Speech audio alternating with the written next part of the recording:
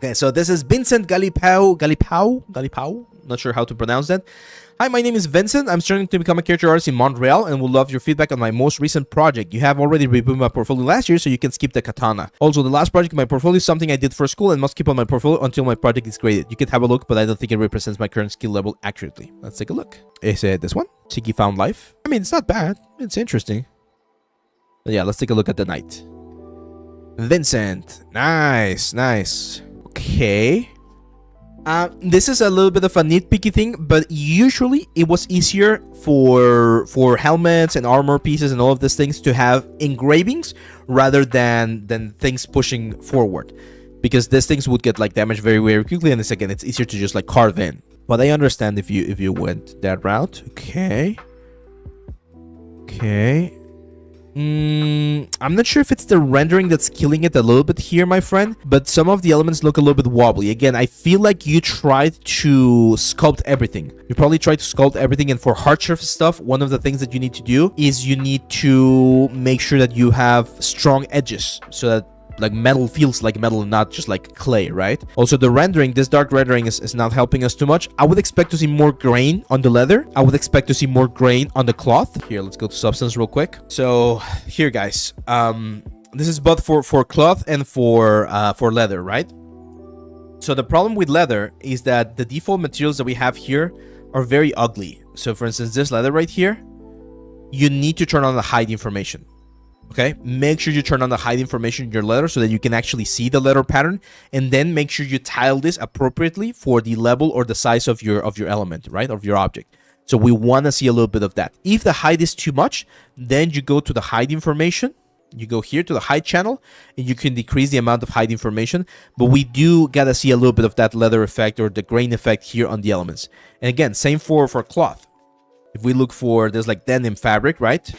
You gotta turn on, in this case, the normal information so that we can actually see the information pushing and giving us the texture of the cloth. You can see it, like if you, I mean, not on my shirt right now, but normally in older cloths, the thread, the size of the thread was a little bit thicker, so you definitely need to push things so that we can actually see that, because that's one of the elements that's gonna break up the silhouette of your character. Okay. Face looks okay. I feel like we can exaggerate some of the wrinkles a little bit more, and again, it looks a little bit waxy. But I like the haircuts. Those look nice.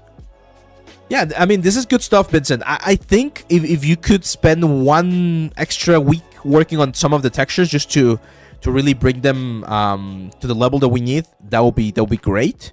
Like it's really gonna help you, to be honest, because it's that we're missing a little bit of that variation. Let me bring it into Create here. For instance, here on the belt, right? Like I can see you're already doing it, but we gotta push it a little bit more. What do I mean by this? Like if we're already adding sort of like darkish or lighter color damage on the elements, let's really commit to it, right?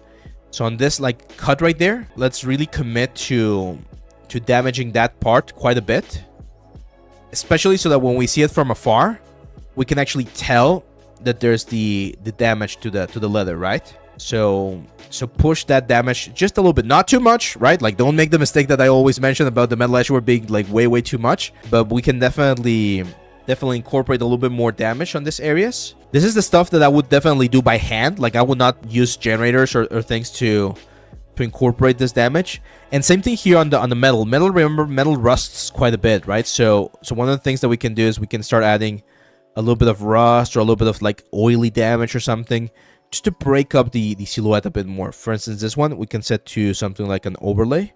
There we go. See how that's like helping me clean this element, or not clean, but just add a little bit more variation to the metal, right? So I feel like that could be potentially something that, again, if you spend like an extra week just polishing the metals or polishing the elements, we can really push it. I'm gonna make you the same offer that I gave someone else like yesterday. If you want me to do a demo on how I would like tweak some of these textures to push them a little bit more, and if you have the substance file and you want to share it with me, send me a private DM on Discord, and we can organize a little collaboration there where I showcase how I would take what you have right here, which is, again, it's really good. Just push it a little bit higher in terms of texture work. Okay. So yeah, that's pretty much it for that one.